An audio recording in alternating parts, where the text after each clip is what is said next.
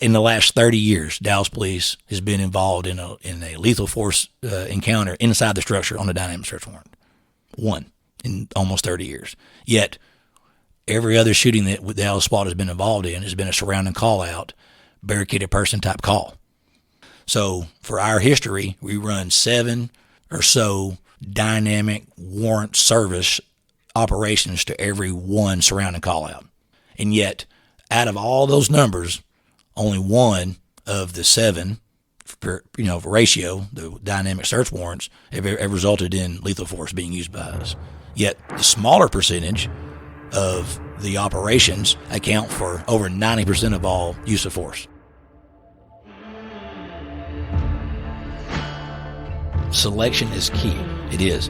You got to pick good people, and you got to train them. And you have to train, and you have to train, and you have to train. I've been here 17 years. We're still training. We're still trying to get better. You got to go out there and practice. You have to train and train and train. And the new guys coming in, you've got to show them not only how to do it, but why you need to do it and how to keep that going.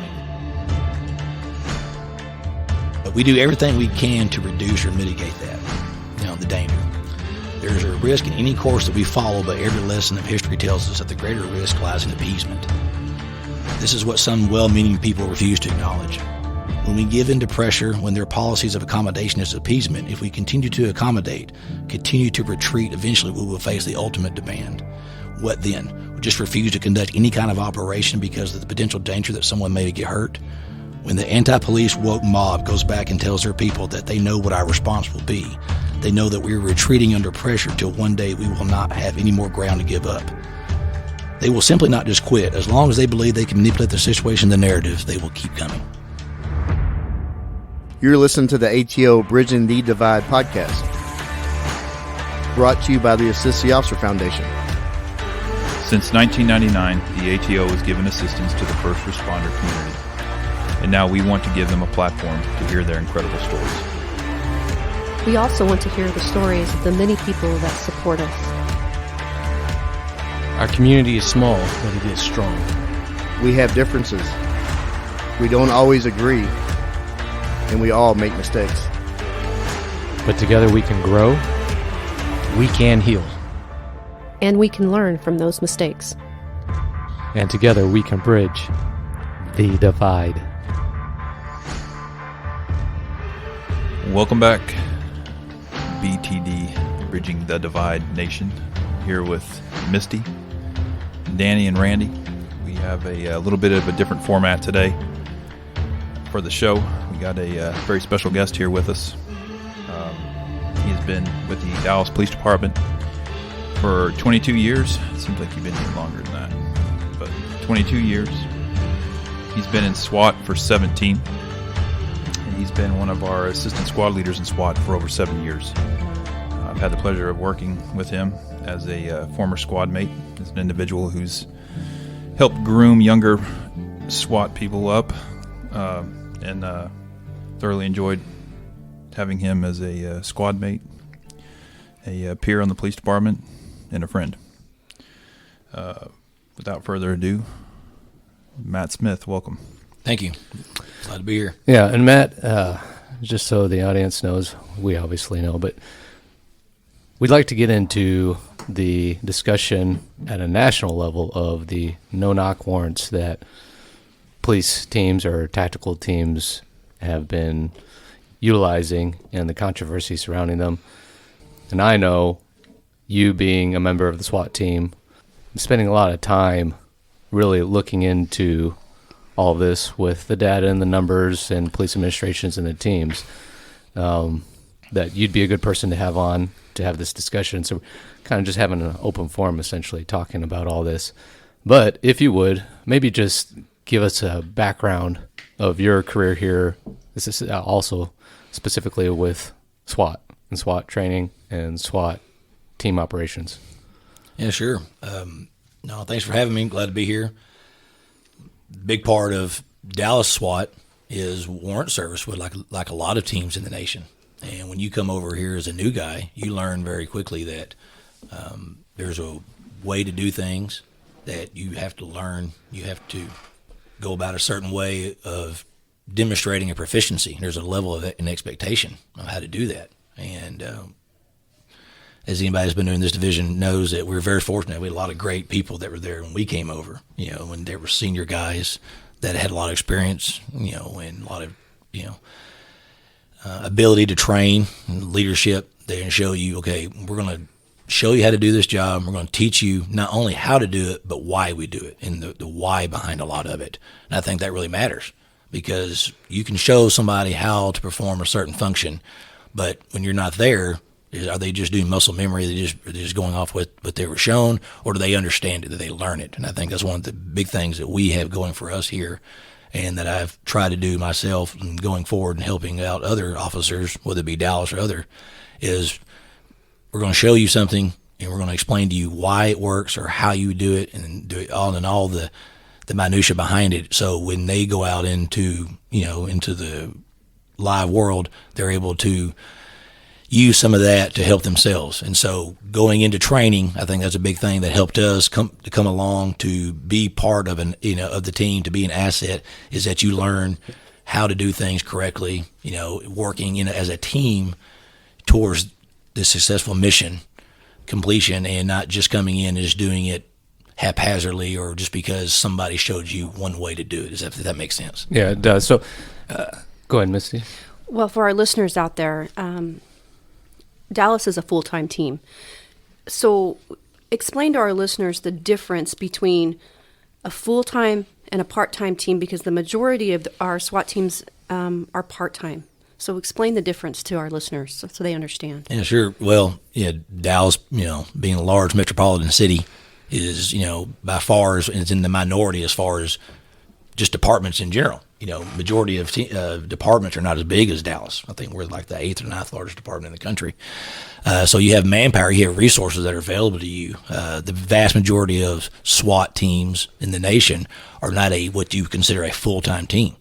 That is not their primary and pretty much their whole role of the day. Most of them are have other jobs, other ancillary, or the SWAT teams actually their ancillary role to the department. They're a detective. They're in patrol. They maybe a supervisor in homicide or something like that, where if they have to go and do something that's SWAT related, that's what they're there for, but it is not their primary function on the department. Whereas, Dallas is, fortunate where we are considered a full-time team, where all day, every day, we're either performing SWAT operations or we're trying to train and get better at them. If that helps, makes people understand that, but we're definitely in the minority as far as that is not what most people, have the luxury of doing. Yeah. So and I think those two components right there are the big differentiating elements, is the training, and then the full-time experience, or the quantity, or what some would say operational tempo. So just to give an idea, how would you define operational tempo, or the amount of work that Dallas SWAT does, especially compared to other teams, either other large city teams in the U.S. or even just your common law enforcement, mid-size municipality? Yeah, well, when you talk to other officers from other agencies that come in to do the training, as y'all know, we do a lot of training with other agencies. They're doing the same type of work. When I say that, they're doing warrant service, which is by far the bulk of what most SWAT teams do. Now, the ratio of what they do depends. Again, is it a smaller city? Is it a rural urban area, or a rural area versus an urban area city? And then each department, it's kind of like a family. You have certain little nuances that are inherent to that department about how they do things. Some of them maybe run more operations than other teams do. But like for here, there's no question that, in my career, that the large bulk of the work that we have done is warrant service. And we do them for Dallas Police Department. We do them for FBI, DEA, ATF, Secret Service. We've done them for Texas DPS. We've done them for other states have called and said, hey, we need this operation done. And we've gone all over the city of Dallas. We've gone into surrounding cities. Suburbs, yeah. Because it's either, hey, the location is so inherently dangerous, the suspect we're going after. There's so many, factors that go along with it, like a threat assessment on the location itself, that a lot of the smaller agencies, they understand that, hey, that this is above our scope. So we need to bring in, people that have the experience, the operators, the number of bodies they can throw at it, and then equipment to do it. And when you look at that, over my career, it's over the whole amount of operations, just about 1,700 live operations in my career so far. And without a doubt, the bulk of that has been warrant service. And of those warrant service, the bulk of that is a dynamic warrant service. Mm-hmm. And where a lot of that being the so-called no-not warrants. Yeah, so just to give the audience a better number, what would you say an average is for you and your team on Dallas SWAT running warrants? For last year, Dallas SWAT, we performed 165 warrant operations. Now, not every one of those are a dynamic or no-knock warrant, and there's differences there. But but we average about 100 or so a year for us, and that's been the average for my career for over the 17 years, about 100 or so each year. So I think in general there is a misunderstanding by the public of what a no-knock warrant is, and not only is it a misperception of terminology, but also it could even be misapplication of the term by our own law enforcement agencies when they put out information, and perhaps we do a poor job educating the public as well. So let's hear from you on what is a no-knock warrant, what are they, why do we even have them, and how does law enforcement go about getting them? Well, first of all, a no-knock warrant is not a tactic. A no-knock is a term used, a legal term used in the warrant that the detective would put in there. When you look at it, it is put in there because the detectives are saying there's a chance of the evidence to be destroyed or other factors that would put the officers at a higher level of danger. And so everybody wants to say, well, they're in there just trying to seize evidence. Well, that could be the thing, but for us, and by far the vast majority of my career, the evidence is obviously that's the reason why you're there, for part of it. But the safety of not only the officers planning it, but the people that are inside, the suspects, we take that into consideration as well. And then also the surrounding area. We do a lot of warrant service in apartments, complexes, and you cannot mitigate all that danger to everybody around there. And so, when we talk about having a no-knock exception, a no-knock clause in the warrant, that it's supposed to, be able to, if you read what Texas law says, is that it allows you to breach and enter without announcing, so you're not giving away your presence. Well, we've never done that. We always announce before we're breaching. And you say we as in Dallas SWAT? As in Dallas PD, as Dallas PD SWAT. I can't comment about what everybody else does. You see videos online, and it's hard without the complete context to make a ruling on what they're doing this right or this is wrong. I wouldn't want somebody to do that to us without discussing it with us first. But from the day I got here, it was always, we will not be just breaching and just running in there. We have a method to how we're going to go after this particular structure or this person inside there.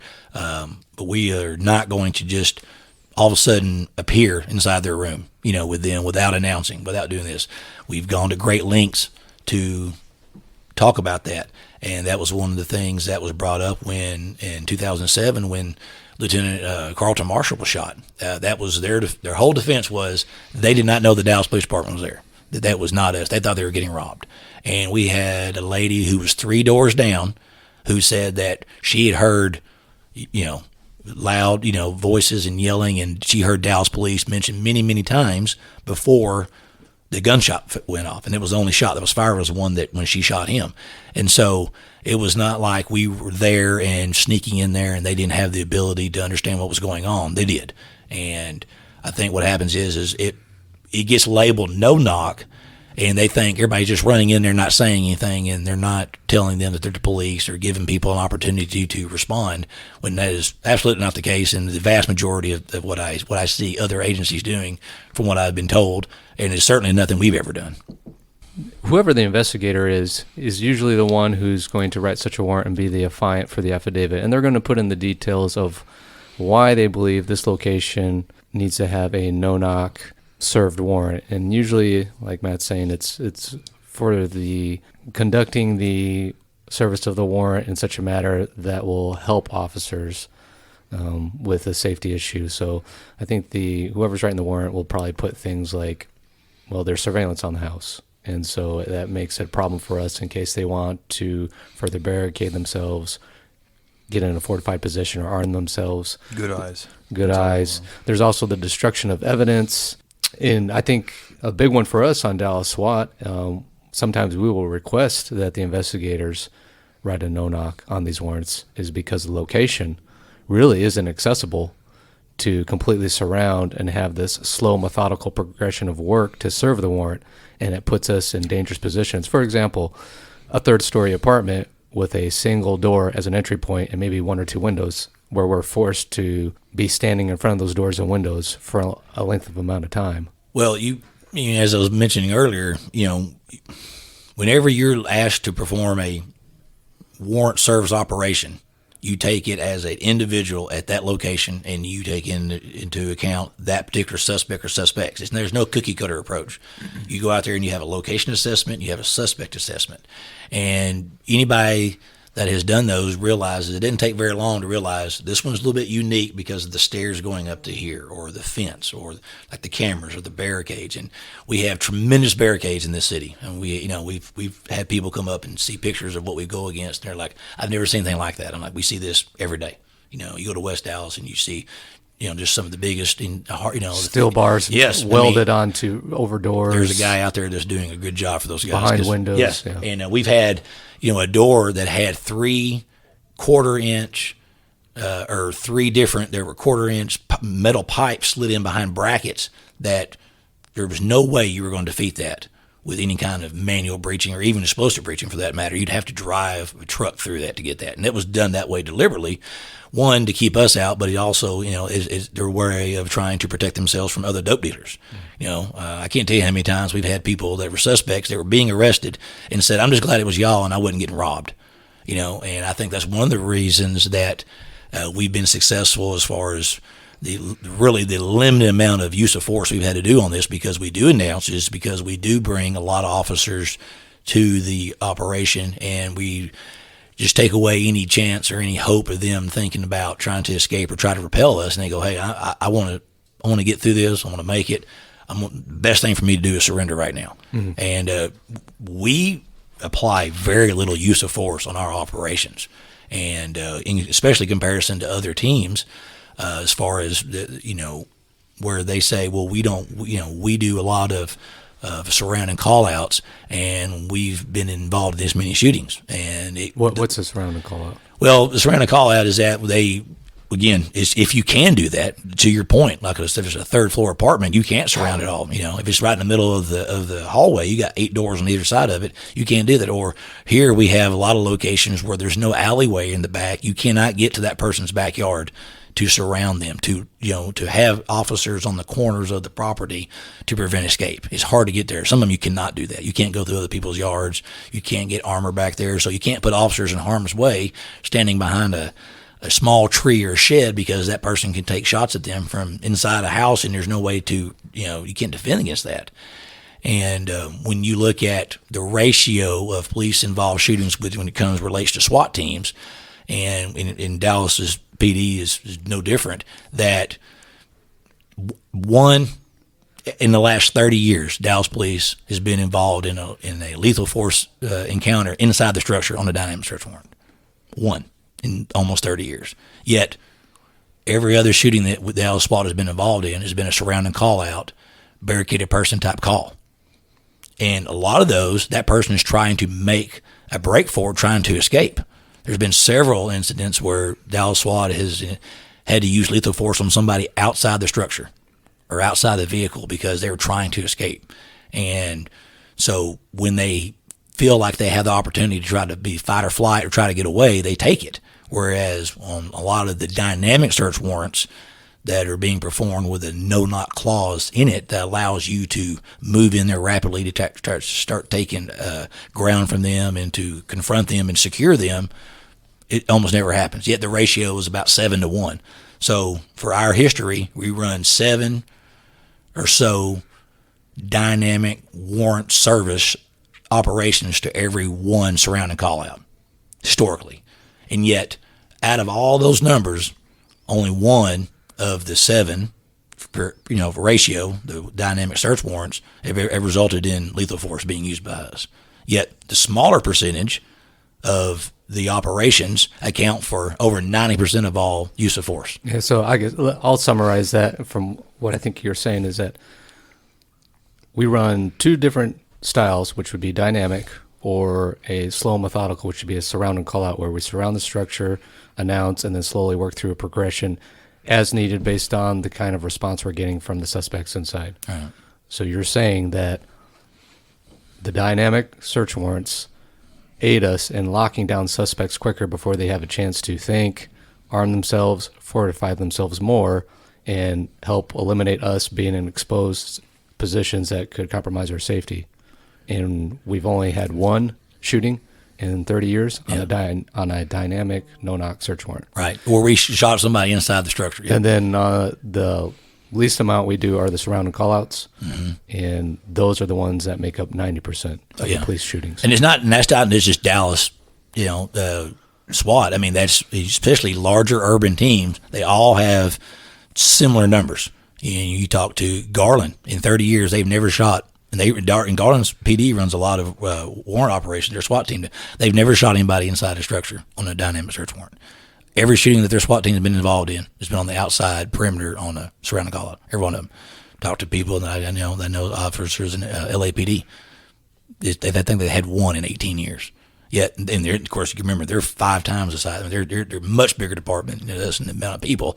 They run a lot more operations, and it's still the ratio is the same. Mm-hmm. That, without a doubt, that warrant service constitutes the bulk of SWAT work, and yet it accounts for almost just such a small percentage of the operations where lethal force is used. Yet when it does happen, it becomes this big thing. Nobody recognizes that. Okay, that may have happened today, but for the last however many years, they were doing this 3 times a day, and it never happens. Yeah. So it's interesting that you're putting this perspective on it, and yet we have this huge controversy right now across the country, and we've had these police teams serving what we say, or they say, are no-knock warrants that have ended in misfortune. Yeah. So 2 things. I wanted to go back real quick to what you were just saying, and I think this is going to tie right into what we're talking about, because obviously with anything with law enforcement these days, it has a lot of our decision-making skills, whether that be from administrative or just from perspective, national narrative is what dictates how we move, right? Which is unfortunate, because just like anything else, we speak of dynamics. Law enforcement in general is very dynamic. But we go back to we're talking about these no-knock warrants as you get into it. There's 2 things I want people to remember is the psychological overload that individuals receive, which is why we are able to be so successful in not having any type of a lethal force use inside of a residence when we're serving a dynamic search warrant or no-knock warrant, right? Psychologically, these tactics are not just for us to willy-nilly run through a home and do what we want to do to preserve evidence, so on and so forth. There is a psychological factor, and you'll get into it with the OODA loop, I'm sure. But as we get into that, and then also you're talking about the numbers for force on us towards suspect, force on the suspect toward officer, right? Mm-hmm. Do you have those numbers? I mean, we've been fortunate. I know that's those numbers would be good if we just like just use of force, just in general, not deadly force, but use of force. Yeah, we always argue with people about our safety, and it's like, oh, they're just trying to get one over on us, and they're just trying to do what they want to do. But no, we go back and look at numbers of how many officers we've had injured on, not from them tripping, falling, some type of misfortunate accident, but the actual suspect forcing lethal force toward us, right? I mean, obviously, if we force it onto somebody else, then there was a reason for it, but our safety comes in that, right? We overwhelm these structures with numbers, with psychological overload, and for us, that works in our favor. Sure. Well, I think that again, you take into account the safety of all persons involved, but that also includes us. So to sit there and say, well, this operation is more dangerous for the suspects. Well, first of all, that's not true, and we have data to show that. but it also, to your point, is safer for us. And so some of the stats that I pulled up, and of course, going to on the FBI's webpage, that thing's hard to navigate trying to get data. But when they showed, when from 2015, 2019, 257 officers killed feloniously on the line of duty, yet only out of that, the 8 were killed in a tactical situation, and it doesn't differentiate how that tactical situation was, but yet 25 were killed in domestic violence. Okay, so 3 times as many officers were killed in that time span answering family violence disturbance calls. I don't see any department coming in and saying we're not going to go to those calls anymore. They're not going to mandate that we don't do that, right? You cannot legislate the danger out of this job. We all understand that. You have body armor, you have a gun, we give you training. We know that going in. Nobody understands the risk on any kind of SWAT operation more than the SWAT operators themselves.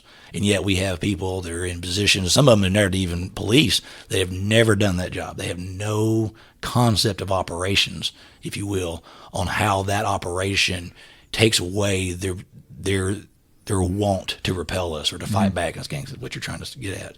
And so when you have, the data to show, well, you run this many operations over, now it's not just 1 year or 2 years, this is over a extended period of time. We use very little force against a suspect on warrants. Yeah, you just take 1 decade. Yeah. If you average 150, if we did 150 operations a year, narcotic service warrants or whatever type of hazardous search warrant we would conduct, you take it over 10 years. So, I mean, think of that. We're over 1,000, and yet we don't have. And any I think a lot of that has to do with they are being run dynamic. So if you run dynamic, you lock those suspects down quicker before they have a chance to act. That prevents them from using force against us, and then that prevents us also from having to take force against them. Well, you can use any terms. You can use key phrases. Action versus reaction. That's absolutely in play here. The OODA loop, observe, orient, decide, and act. And boy, that was an Air Force colonel that came up with that, and that was about fighter pilots being able to, keep situational awareness and observe this, the enemy, orientate to where they are, and decide to either fight them or to try to run from them, in a dogfight. Well, it's very, very applicable to here. We've had many suspects over the years tell us, I didn't know what was going on. I was just so overwhelmed. They may not use that word, or they sometimes use other words you don't know necessarily to say, but they are so overwhelmed with the sheer, speed, surprise, and violence action, that shock and awe, if you will, that they don't have the ability to fight back. As y'all know, we all have confronted many a suspect sitting on guns or laying right next to them. We had 3 in an apartment complex that you were with us, and there was 3 of them on a couch, and there was 2 guns in between. All 3 of them had access to that gun. It was right between their legs. You remember that couch? Yeah, Channel 2. Yep, right there, all right off a roll. And they all had their hands up, and they wanted nothing to do with it because they knew that there was no chance of them to be able to go for that gun. Yet, if you surround it, you call out, they get a plan together. They try to embolden themselves to, okay, how can we fight back? How can we try to escape? How do we repel these guys? We've had persons on the side of surrounding call out that wanted to surrender, and the suspect that was inside goes, no, you're not surrendering, you're not giving up. And now they turn into a hostage because I don't want to go back to prison, and you want to just go out there and just survive, and get out of here because they're going to let you go. They're here for me. But I'm not going to give you up and let you go out there. And so we've had that turn into where they turned them into hostages. And so that's not always the case, obviously, but those are the things that a SWAT team, has to take into account every operation. This is not something you just show up, you got a bunch of guys, and go hit the door. And I know I'm telling y'all that you already know that, but for the people out there who don't understand this, these are deliberately planned operations that take into account many, many factors. You have the safety of the officers. You have the safety of the suspects inside. You have the safety of the surrounding community. Because nowadays, everybody shows up with a phone, wants to live feed, and Zoom and get on all the smash the topic and all that. They want to show that. We've had to run people off that were behind us because, one, they're in the field of fire and it's dangerous for them, but then you don't really know whose side they're on. And you have to be accountable, hold them accountable that they're not behind you, because we've had people shoot out, up there in the air near us because they're not happy that we're there. And so these surround and call out operations, They're labor intensive. They require more manpower almost every time, guaranteed. They take longer, and then depending on where you are, you can do a tremendous amount of rerouting traffic, and pushing people around. And not to say that you wouldn't do it just because of that, but these are all factors that we take into account. There are a tremendous amount of schools and daycares in the city of Dallas, and how many times have we, pull up a house and go, where's that location? Where's the nearest school? The nearest school is 2 blocks away, or there's a daycare right there. Mm-hmm. And so we take into account all of that long before we ever get to that structure. And I don't think a lot of people understand that all those mitigating issues that go along with that play into what plan we come up with. We don't walk in there going, hey, we're just going to do this way, willy-nilly, like you were saying, and just run it. And that may be a no-knock clause in there. We're going to perform that operation the way we see fit is the safest way for everybody. So I don't know if that answers what you're trying to say. Yeah, I mean, it shores it up, and as you go on to what Danny was talking about, it's the same thing. We could counterfeit everything and say, well, we know as individuals who've been in SWAT, and especially if you're in a supervisory role or a leadership role, you know that you have to take into account the many different options we have. We have a lot of options. We're very fortunate we have a lot of options. We have a very large team that's very small, but it's very large compared to some places that have maybe 10 people that show up for a call out or a warrant service. But point being is not everything ends in a dynamic search warrant. We also know that we take into account the main goal and concept is how do we take apart this structure in the most safest manner for everybody involved, the community, the individuals inside, obviously the officers.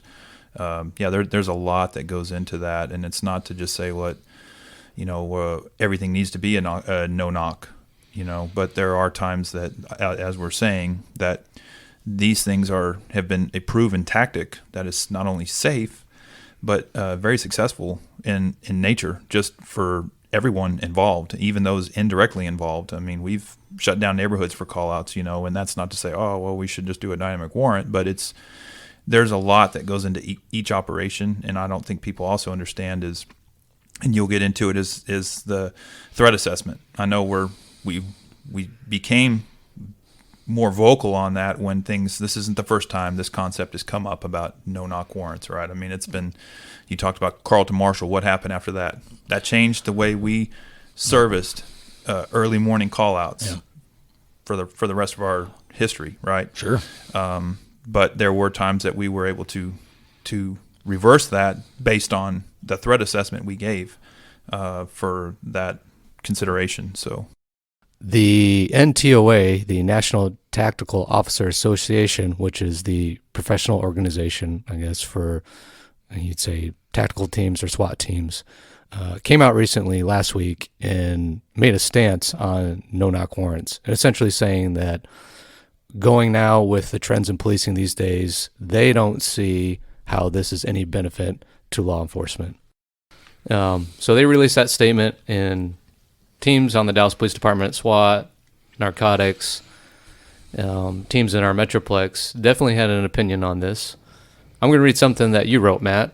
I think you kind of made a public statement out to a bunch of people, and this is what you wrote. The NTOA has given into the woke mob. Instead of recognizing that no-knock warrants are like any other police operation, deliberate training, careful preparation, efficient execution, and legitimate critique is how any operation should be performed. Do not believe any data they give you. We have over 30 years of data that not only substantiates the overwhelming high rate of success of dynamic no-knock warrant service, but also shows that the vast majority of deadly force incidents come in other types of operations. You are being lied to all to satisfy the special interest groups because of their desire to do anything that takes away any effective tool for law enforcement.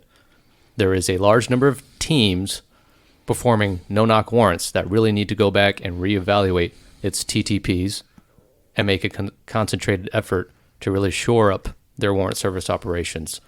There are many teams each day out there performing these types of operations at a high rate with great success. That does not justify this knee-jerk reaction from the NTOA. And then you say, I'm happy to discuss any part of it with them at any time. They are very wrong. in a very that ending was East Texas accent. Yeah, I was going to read it. With that accent, but you're not going to be able to do it. Okay.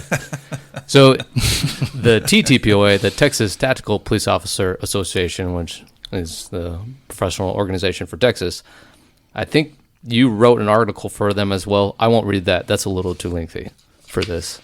But just anything you want to talk about as far as statements you're making and the NTOA taking a position on this. Before you guys do that, do you guys have the actual the statement that the NTOA? That's also pretty long too, but we can pick out parts from it. Is there a paraphrase? Yeah, I'll go ahead then. Look halfway down. There's a line there that basically says they don't see how this is going to be worth anything in the future for law enforcement. They no longer pass the test of tactical science risk. Yeah, tactical science. Risk mitigation practices and liability conscious decision making. Okay. Is it safe to say that's a blanket statement and they're grouping us all as one? Is that safe to say? When we talk about, again, they're lumping everybody together. I'll be the first one to tell you that we may make mistakes. We make them. Every professional organization does. It's how you review them and try to get better with them. And I think that's something that we have done a good job at, was trying to get better. And you hear people say, well, y'all need to evolve. We've done nothing but evolve since I've been there. Oh, man, have we? Okay, so just to give a little context here, when I came over 17 years ago, we had about 60 persons. So we had really two fully functioning units. The two APCs we had didn't run. We didn't even use them. We didn't have push them there, right? And then if they got there, they probably wouldn't start back up to get them back. We had to get them towed out of there. So the APCs we had did not run. You didn't have. There was no ballistic breaching, no explosive breaching. The one small robot thing that we had did not work. We had no surveillance options. We had nothing compared to what we have now. And everything that we have gone to, and tried to facilitate that equipment was to make everybody safer. It's to make us safer, make everybody else safer, and it's done that. And I think that, that stuff's expensive. It costs money, but everything was done to try to make everybody safer. So we say that is that when they suggest in their writings that everybody's just doing the same thing no matter what, nobody's evolving, nobody's adhering to any kind of new training, that they're just coming in and just rubber stamping everything. And that's one of the things that just really drives me crazy, because I have never just spoken to anybody in that organization that I know of, especially as them representing that organization, and has never asked me and nobody that I'm aware of on our team has ever discussed with them our mode of operation as far as how we go about performing warrant services. So, not to say that somebody else may be doing exactly what they're suggesting, or maybe they're not doing what they're suggesting, but that's not the case here. I know a lot of different agencies that I'm in contact with, and I'm not going to put them out there because I don't want to speak for them, but they have echoed exactly what I said, and they said we agree with that 100%, and so I'll leave that as. But there are teams out there, there are small teams, and what Josh alluded to a minute ago. They don't have the capabilities that we do. That's nothing against them. They never will. They have a 12-man team, okay, on a 400-man department. On a good day. Yeah, on a good day. And what is the experience? And what I think makes us or helps us to be the most successful, other than the amount of training that we get to do. And we've been fortunate as a whole. There's been times where it hasn't gone that way. But as a whole, we've had great support from the commands. Hey, we need y'all to be great at what y'all do. We need y'all to be great at HR, operations, hostage rescue operations, barricaded person operations, warrant services. We need y'all to be great at that. So go train and be great, be good at it. A lot of those teams do not have that support or have that ability to do that. And so when we talk about what Misty said, that blanket statement, they're taking one or two really isolated incidents, and they're trying to throw that blanket over everybody and saying, it didn't happen over here, so it's not going to happen. You look at the two NYPD officers that were shot earlier this year on a domestic disturbance. One was like 24 and the other one was like 27. One of them died that night and the other one died like 2 days later. Okay, it's a tragedy. But yet, I don't think the NYPD has released any kind of statement saying, we're not going to go out to domestic violence calls anymore. Yet, with them and traffic stops, constitute the bulk of officers that are being injured, and especially that are being killed feloniously, are those two types of incidents: traffic stops and domestic violence. And here in Dallas, what do we go on? You go on sex exits all the time, right? That is the driving number as far as calls out there is domestic disturbance calls. Yet, and so many of the arrests are that. Yet, we're not going to shut that down, and we shouldn't. I'm sorry. You have to recognize that this job, there's danger to it. We try to do our very best to do this, but we just cannot close down shop. And so, if you go out and do an operation and say, well, why didn't y'all do a takedown? Why didn't y'all try to do a traffic stop on them? And then they go out and try to do that, and he takes off running from them, and he wrecks out, or they jump out and do something. They go, well, why didn't y'all try to do this? Whatever. Or you have to kill him. Yeah, you have to kill him. So whatever scenario that is involved when something goes bad, all these groups come out, and most of them have no idea what we're talking about, make a comment, well, you should have done it the other way. They have no idea. And I think that's what the NTOA got kind of pushed and painted into a corner, because they felt like, well, we cannot say that they need to do better, or that's what they should have said. They should have said, look, it's a viable tactic, dynamic warrant service. The no-knocks are in there. That's a legal thing for the justice system to deal with. It's not us. To your point, Daniel, that's what the detectives put in there. That's what the judge signs off on. So if the judge, a magistrate who is not going on the warrant with us, decided that there was enough evidence to, enough reasoning to sign off on that, so he did that. So here we are. So going into the NTOA, so they put out this statement. Of course, it sends out all that, and a lot of people saying something needs to be said. Well, I thought about it, and I think y'all know me well enough. It's like, okay, fine, I'll say something, because, and what I said is what I absolutely feel to be the truth, is that the idea that you're going to say we just shut down and run no more, and they can, part of the problem what they're saying no more no-knock warrants. Again, no-knock is not a tactic. It is a legal term. Right. If they really wanted to make that statement, they should say, y'all shouldn't be doing dynamic warrant service. And that's what they're really upset about. That's what right? they're That's these prolific events that have happened in the country with these shootings. It's the tactic or the technique, the search technique or the breaching technique or the entry technique. But not to stop you real quick, Matt, but I'm not sure. I haven't had a chance to read all that, and I know the NTOA in the past they send out anything that is like a best practice, right? And it's just an organization that gets data from everybody in the nation and sometimes outside of the walls of the U.S., so on and so forth. But if you take that as a best practice comment and you look at it, and basically you're laying a blanket of comfort over the fact that I can say that that's a best practice, but you hit it on the head, and I think you guys will all agree, Misty and Danny, that and you hit it right there, Matt, by saying the training, right? We're fortunate enough that we're able to conduct multiple repetitions on a regular basis. We're fortunate enough that we have a training squad. We're fortunate enough that we have places, locations. We have we have all these utilities for us, right? Whereas if I'm a smaller team, this may become a best practice for me, because some teams, I know of some, their tactical resource is somebody who was in the military, which is no knock on individuals in the military, but it's saying that, hey, he was in the military, he did X, Y, and Z. This is the individual that's training us now. That's great. There's a place for that, and there's a practicality for it, but there's also, we're fortunate that we have a lineage of individuals who have been here with seniority to less. We send people to schools. We beg, borrow, and steal for that stuff. That's obviously something that the city can't always afford, but we've made it that way, right? And that's what it comes down to, is like, hey, if I'm proficient at a tactic, then this can no longer be a blanket statement or a best practice for me. Is it a consideration? 100%. It's always a consideration, and it has to be, because we have to tactically and safely demantle a structure. And how are we going to do that? Because once we send you guys in there, then, the supervisor out there, you guys, you don't see it that way, but me being over there as a supervisor again, I was like, oh, now I'm responsible for this. And it's a totally different feeling, but it's a trust knowing you guys are doing your stuff right, but we have to consider that. So most people don't see that there is and I have no clue what what you guys have to go through now as far as who has to approve these things. Right? I know when I left, it was like it went all the way up one side and down the other, and it used to not be that way.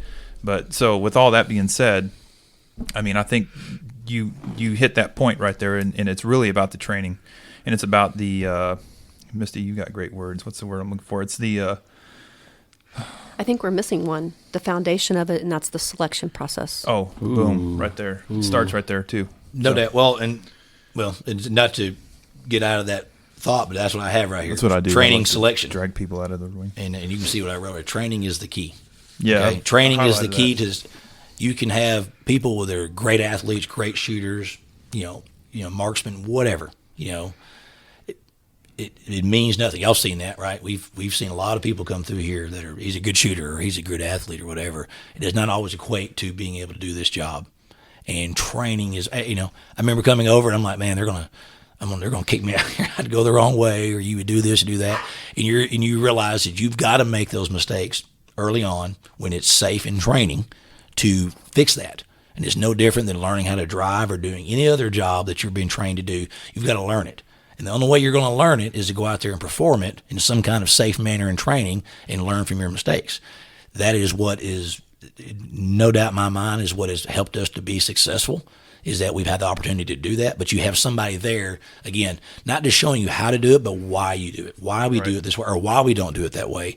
And many times I sit back and, we'd be on an operation or be drawing up a warrant, for an operation. I'm like, what about this? And Tim be like, here's the 8 reasons why that's a bad idea. And he was just like 1, 2, like, Experience. okay, experience, because he did it forever. And now I find myself doing some of the same things now. I'm like, okay, I get what you're saying. And if that window was here, that'd be a great way of doing it. But we can't do that because the window is here, or whatever the case may be. And I'm just giving out ideas. And you hear yourself saying some of the same verbiage, some of the same stuff that those guys said when you were the new guy. And you're like, man, you're hoping that, that you took all that in. The and maturity you or learned it. that progression. Yeah, absolutely. Yeah. And, and when we show up, and we're drawing up, and there's a drawing on the board, and they're working through all that, and y'all have been in there, if the two of y'all have, gone with the detective and met with them and done their surveillance and drawing up a footprint of the location and coming up with a baseline of operations, and then Daniel and I walk in here and start throwing out ideas. Hey, what about this? Is that a gate there? Can we do this? Can we do that? And it is, even though there are people that are responsible for that particular operation, it really is a team effort coming up with ideas. And that is that litmus test, if you will, that when it kind of runs through the filter of all of us and everybody's chiming in, giving out their ideas, and then people start, buying into the plan.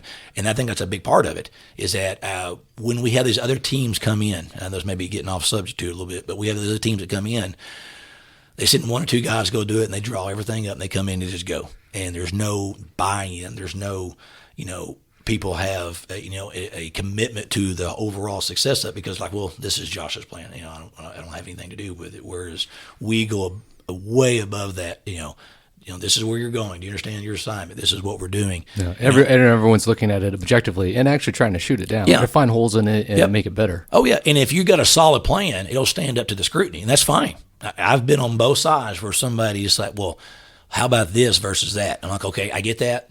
And that's a great question, but not going by with the detectives and doing the surveillance. Let me tell you the reason why we can't do it, because there's a culvert there that you cannot get the truck through, or whatever. Or like, what? I didn't think about that. That's a great idea. Let's do that. And that comes from experience and comes from reps and all that. And so when we talk about best practices, to your point, with some of these smaller teams, the last thing I want to do is pick on them or seem like we're going after them. I do not want that, because, again, I wouldn't want them to do that to us. But they have to, again, if something goes wrong, they have to be, they got to be accountable to whatever they're doing. Same thing with us. I'm not going to try to blame somebody else if we do something wrong or something goes wrong with us. However, they got to be able to look at themselves internally and say, are we capable of doing this? Is there a better way of doing it? And we do the same thing. We've come in and go, hey, we need to wait until 2 o'clock to do this, or we need to wait till 10 o'clock because of school or whatever, and those things that go into it. And when, again, back to that blanket statement that they made, is that when they say this, it's almost like saying you're not capable of policing yourselves, or you're not capable of doing the work to ensure that's not going to happen, so we're going to do it for you. And I think that's a big part of the pushback there is that people say, no, we've been doing this for a long time and we have great success with it. And there's many different agencies that have chimed in, large and small. So it's not just a large urban like us, but it's not what you're doing, is how you're doing it, if that makes sense. Yeah. So maybe you can go through these three with us. So that being said, getting specific on training, teams, can't make blanket statements for every law enforcement agency. Maybe let's go through these three that are big in the U.S. and then talk about what you think may have gone wrong and why they are such a big deal now. So going back to March 2020, Breonna Taylor, you're pretty informed on a lot of these. What happened with Breonna Taylor? Well, again, anything that comes up, you try to be professional and try to be somewhat, have an understanding of what happened based on what you could do. Again, I've never talked to anybody at any of these agencies. I've never debriefed anybody, so I'm just going by what you pick up in interviews or when the body-worn cameras are released, or what you try to read. You try to look between the lines and try to filter for yourself. But based on the Breonna Taylor, again, that was 2 locations involved in that night. The SWAT team was at a different location performing a warrant service, and it went off, pretty much no issues. Now, the person they were looking for was not there. He was actually at this other apartment where Breonna was, and where the group of narcotics detectives had gone to check on that location. You go back and listen. They weren't wearing body-worn cameras. The SWAT team was at the other location, but the narcotics detectives weren't. But going by their testimony, what people saw there, and then what the body-worn camera shows later when the SWAT team showed up after the incident, that warrant, I never saw it, but it was classified as a no-knock warrant. That one at her because apartment. It was written in the warrant. Because it was written that way. Yeah. But you go back and listen to what even the citizens inside the apartment complex tell you. They did not breach the door and just go. They knocked on the door. They tried to get their attention because it was dark. So they knocked and announced. They knocked on the door several times. And in the suspect, who they're looking for, his own interview later, he said that we heard them knocking on the door, and we're like, who is it? And this is what he is saying from the bedroom. They're like, who is it? Because they weren't expecting anybody.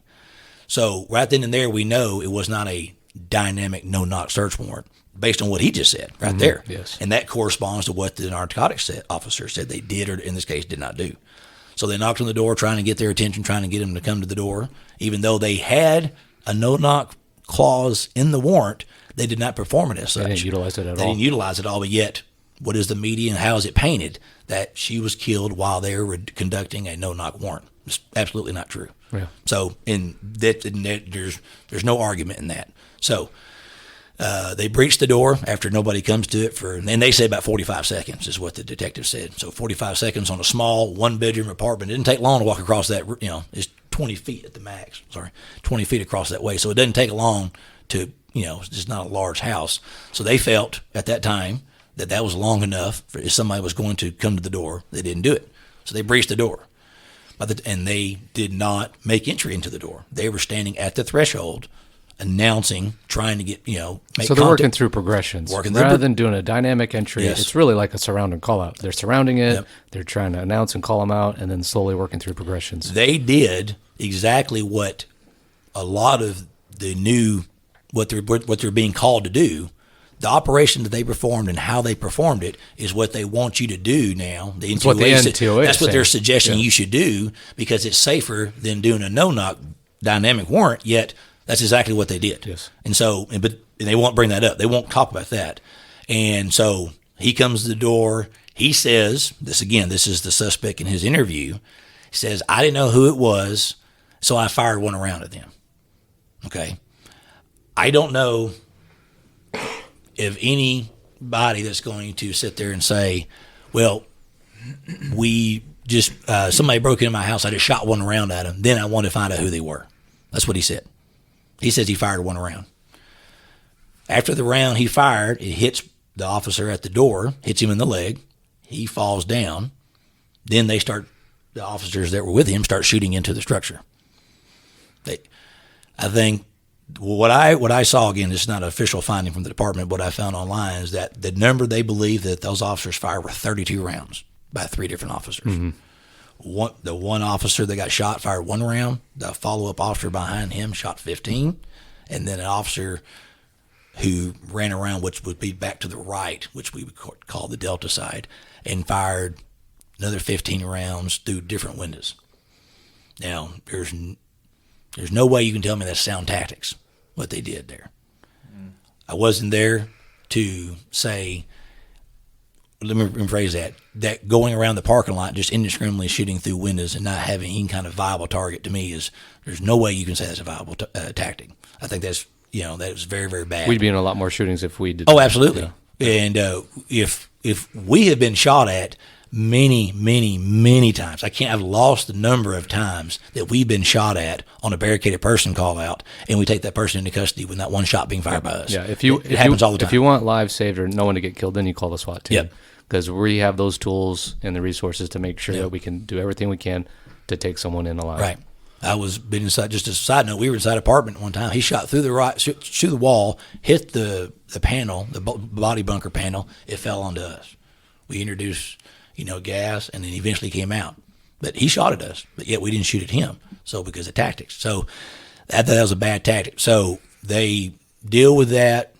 Then of course now you got an officer that's been shot. You have multiple rounds being fired. They call the SWAT team in. The SWAT team leaves that other location, drives to that location, and then they come in and clear it and secure it and all that. She's already dead. I think she was shot 6 times. You had multiple rounds, and they are all carrying pistols, 40 caliber pistols is what the evidence that I saw. And you had multiple rounds going through, different walls into other apartments, and so you have 32 rounds shot by the 3 different officers and 1 by him. And you look at that and you're like, man, there's no way to cut that. It's just a bad deal all around. And when you look at their tactics as far as knocking, announcing, trying to call them out, nobody came to the door. They breached the door, and then that's when the shooting happened. And then surrounding it, firing more rounds into it. And then all these bad, I guess you'd say, execution of techniques or procedures somehow now get lumped or labeled into as a no-knock. Right. And so it's bad tactics. It was, and you probably can go right back to poor or insufficient training that probably led to that, but it had nothing to do with the warrant itself. And yet, that is the forefront of every discussion, is that because it was a no-knock clause in the warrant, this is what started all this to go wrong. It had nothing to do with it. Yeah. Well, it also brings into consideration, and this happens quite a bit in law enforcement or just in the world in general, is the whole point about the training and the size of departments and the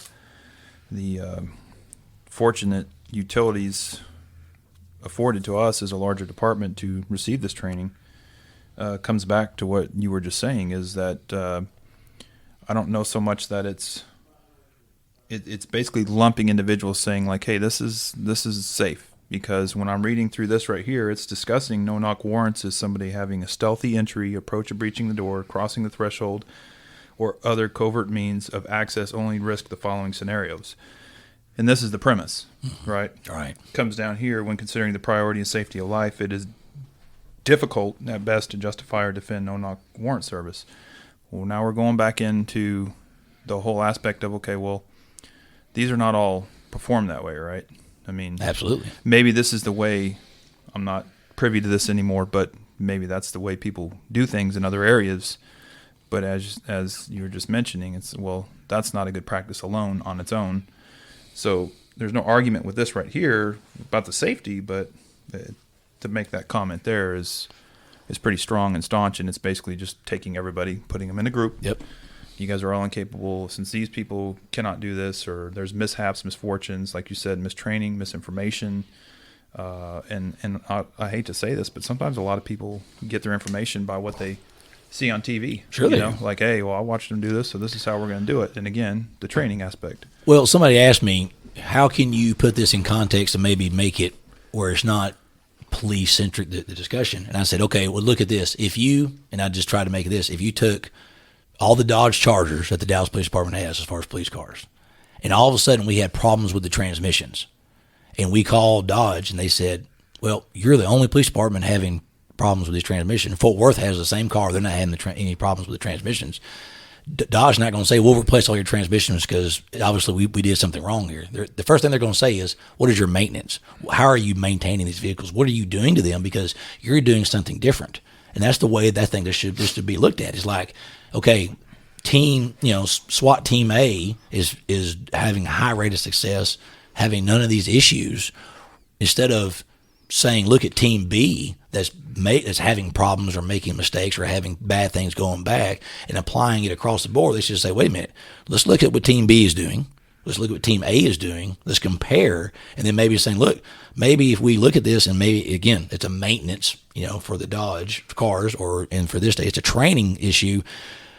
Let's put effort into coming up with better training to show what we need to do or it's not being done here. I think just making that statement is just lazy, in my opinion. Maybe comfort. Maybe Team B is the Dallas Police Department, and they're trying to use the Dodge Chargers as boats in Lake Ray Hubbard. I mean, it's not recommended. I don't think it's in the warranty, But and that may sound like a simplistic analogy, but that's what I think is trying to put it into context that. The manufacturer's not going to run there and go, okay, clearly we're doing something wrong. Like, no, y'all are the only ones that are having these problems. So we're going to look at y'all, directly versus bringing back all these cars that we built and saying we got to put new transmissions. I know that sounds simple, but it's kind of trying to make an analogy where people can understand what I'm talking about. Yeah, and like back to your point, it's not about kicking around smaller teams by no means. There are a lot of small teams that are phenomenal at what they do, and but it's again we're back to this. Like best practice comfort zone, right? It's going to be easier for me to make a statement that this is not defendable or not a good idea because there are other teams, whether they're less educated, ill-trained, or just decide not to do it the way they're supposed to do it. There's a lot of people that defy a lot of stuff too, and it's again, you're taking a group, just like you mentioned, and saying, okay, well, since y'all can't get it, then the rest of y'all shouldn't. And then the bad thing is that they are obviously a well-respected association that provides a lot of information that command staff and legal individuals we're looking at them seek. For guidelines. Oh, yeah. That is sought after, and it's like, whoa, well, if this is the practice, now we have this whole evolution again of like now we're standing here like we always have and defending something, and I don't know, it's unfortunate, but that seems kind of, from perspective, that's what that is like, well, this is comfortable. This is the best practice. This will take care of all this. That way we're covered all around. Because if they come out and say, well, for some teams it's okay and others it's not, now we have a whole new problem, right? Well, back to what Misty said, it comes back to your selection. Selection is key, and Paul House says selection is a never-ending process. It is. You got to pick good people. And you got to train them, and you have to train, and you have to train, and you have to train. I've been here 17 years. We're still training. We're still trying to get better. And you just cannot rest on your laurels and say, I got this. You still go out there and do it. And I think at any job, and you look at some of the best hitters in baseball, you look at the quarterbacks, whatever, they're still going out there doing BP, right? The best hitters. The quarterbacks are still out there throwing passes. It's not like Tom Brady says, I don't need to practice this year. I've done all this. No, they're out there practicing. It's the same thing with us. You got to go out there and practice. You have to train and train and train. And the new guys coming in, you've got to show them not only how to do it, but why you need to do it and how to keep that going. And you could take Louisville PD and give them videos of anything the Dallas Police Department has done, and they can say they need to work on that. They need to get better. And they'll probably be right. I'm not saying it's mutually exclusive just to us. We make mistakes. You could pull up any body-worn camera and say, hey, he's too far left or too far right out in traffic or whatever. We've all done that. We've all made our mistakes. And so when I say that about that particular operation, I'm simply saying, based on what you see there, I don't think that was a bad idea. I think that was wrong to do that. Doesn't mean that we're, don't have fault or we haven't made our own mistakes, because we have. So they can see videos of us and do the same thing. And I would say, you know what, you're right. We need to do better. So I don't want it to be whereas we're just saying we don't make mistakes and we're above reproach and we don't do that. That's not the case at all. So just want to make sure we understand that. What about this most recent one, the February one in Minneapolis? I know we had one in January in Las Vegas where no-knock warrants were brought up and came under scrutiny, and then the most recent one was February, a month later. What were the details on that? Well, in that one, if you go back and you can see the body-worn cam footage, they're using a key to get in there, and it's like 5 a.m., 6 a.m. in the morning. It's very early, which, again, depending on who's in there, depends on what your schedule is. There's a good chance people are asleep. On a warrant, in all my years, I have never used a key to get inside on a warrant do a warrant service. Now, there are times where we had keys on hostage rescue or barricaded person operations where we're trying to evac people out or sneak and stealth in there, because it's a different operation. It's a different discussion altogether. No, we've had open doors where we've run up to the location and they're coming in or out, and we still stop at the threshold and we announce Dallas Police before ever stepping in there. So when you watch the video at the Minneapolis and they're going up there, they're using the key to get in the door. They're already opened the door and they're going in before they start announcing. Now, under the color of the law, it's permissible. It's allowed. Mm-hmm. No knock. This is no knock. No announcing. And yet I have never been involved in any kind of operation here ever in 17 years that we've done that. And so again, because the law allows it, they're doing it. But is that the right way to? Should they be doing it that way? And I can tell you right now, if you'd come up and said, "Hey, we have the key here," I'd be like, "Well, if the deadbolt's thrown and engaged," which surprisingly on that one it was not, doesn't really do us any good. So we could keep the keys in case we need it for later, but we would not even attempt to do that. Again, that's just my perspective on how we would handle that versus what they did. They had their own reasons for doing it, and that's fine. But if you watch them going in, they're pushing the door open. They're just stepping right in. They're announcing as they're coming in. Apparently he was asleep on the couch, which is it's a simple one-bedroom apartment. Straight away is the couch. It's a sectional couch, L shape. He's in there lying on that. Mm-hmm. You see the first officer come in, make a right turn, going into the kitchen, which leads back to the living room, and then number 2, 3, and 4 come in and start confronting him. I think the number 2 guy is the one that pushes right and turns back inbound to him and starts confronting him. And then the video doesn't show the shooting. They stop it right there. Yeah. That's where it is. We talk about this all the time in training. Do not compress in on top of these people if you don't have to. Give yourself the ability to see what's going on and to do this. Again, he may be doing exactly what he was trained to do. And if you look at it from a training aspect in their department or their group, he may have done exactly what they told him to do. And I'm not saying that he didn't do that. I don't know. But I would like to think that if I was coming in there and seeing that, is that, yes, we would confront them and challenge them, but maybe you don't do that. I don't know. But I can tell you we would never, ever just open that door up with a key and push in there and then start announcing once we're already inside. Yeah, so it's unfortunate that this happened, and the public's view on this is that this must be the common practice then. Yeah. And from what I'm hearing you say, the last 17 years, you've never done anything that way. I'm assuming most teams have never done anything that way. And that's why this hasn't come up as much. And it's just now come up this one time. Mm-hmm. And then the thing that keeps kind of reoccurring with all this then is we're back to looking specifically at isolated incidents and really going back to the training. And then like Misty said, the selection.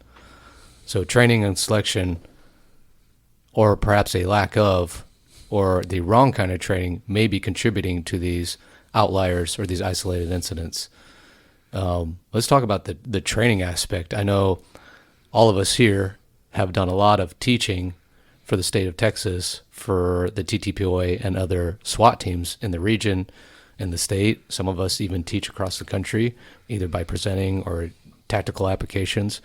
What are we seeing now with the training that we are giving to Texas SWAT teams, and what are we seeing from other Texas SWAT teams as far as practices and their amount of training and the quality of training? Well, and one of the things that I stated in my thing for the TTPOA is that missed trainings, you almost never make up a missed training day. I don't know if I've ever had a training day. We're like, hey, we're going to make up that day we lost last Wednesday because of the operation or whatever. Yeah. It's like sleep. You never catch it. You never go back and get that. So when you have the opportunity, you've got to maximize it. And that's one of the things that I've been very thankful for here is that overall we've been allowed to do training and to train and to train and get better because we need to be at that. And so a lot of teams, again, their ancillary role is SWAT. They're a detective. They're in patrol. They are, whatever other job they may do in the department, that is their full-time job. And then you get to go do SWAT on the side when it's needed. You talk to those guys, a lot of them, they get 2 training days a month. And they usually divide that up. We're going to go shoot one day, we're going to go do tactics another day, or vice versa, depending on what the availability of the range or the training locations.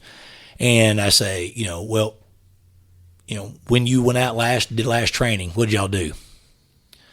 Well, we went out and we did a couple, runs. I got a drill off of Instagram and we tried it out. I shot this one drill, or when you talk about tactics training, we did a couple of warrants, entries, and we talked about the one warrant we did last month. Because a lot of them, they don't just have a whole lot of reps and a lot of real life experience. And that was pretty much it, because we're either only have a half day of training because I've got to get back to filing cases, or I work deep nights. I'm here in the middle of the day. I'm tired. I got like it's dangerous for me. So again, there's no perfect answer. If we did, we'd already came up with it and wrote a book and retired by now if we could have done that. But there is no perfect answer. How do you do that? How do you solve that problem? It's inherent to each team, but the training and selection is just paramount. And we put on these schools for the TTPA, and people come in, they say, I'm like, okay. And I brought this up earlier. You had teams come in, you had guys, out of 28 of them, when we were doing a hostage rescue school, only one of them had been to previous hostage rescue training. But yet everybody else that was there was part of a SWAT team, but had never been to formal, documented hostage rescue training in their career. And yet they're on a SWAT team and they're asked to perform those operations, and yet they haven't been given the keys to be successful. And I think the guy who was the most experienced, if you use that term, in that group wasn't even the one who had been through. No. Yeah. No. The guy that had received training, he had been through the advanced SWAT school with us, which is 1 day of hostage rescue training. It was just an introductory to, of different operations. It wasn't really even so much like a training class. We had guys that had been on from 3 to 4 years. We had one guy, I think he was 17 years. He had been in and out of SWAT. He left, promoted, came back, but that was his first documented hostage rescue training, and all those years he'd been there. And I'm, you're surprised by that. And so you're like, what do you do about that? Well, you can't do anything about other, and again, not just sit there and throw, because we make our mistakes and do all that, but there has to be some kind of, understanding that, hey, we got to do better. We got to do this. And the training is just so important. And if they're missing that on hostage rescue, and we all can agree that's the highest level of threat incident we could be on is a hostage rescue operation. And if that's falling by the wayside in training, what else is? In the selection process, we have a selection school, and it's obvious when someone has done a lot of police work, made a lot of decisions under pressure.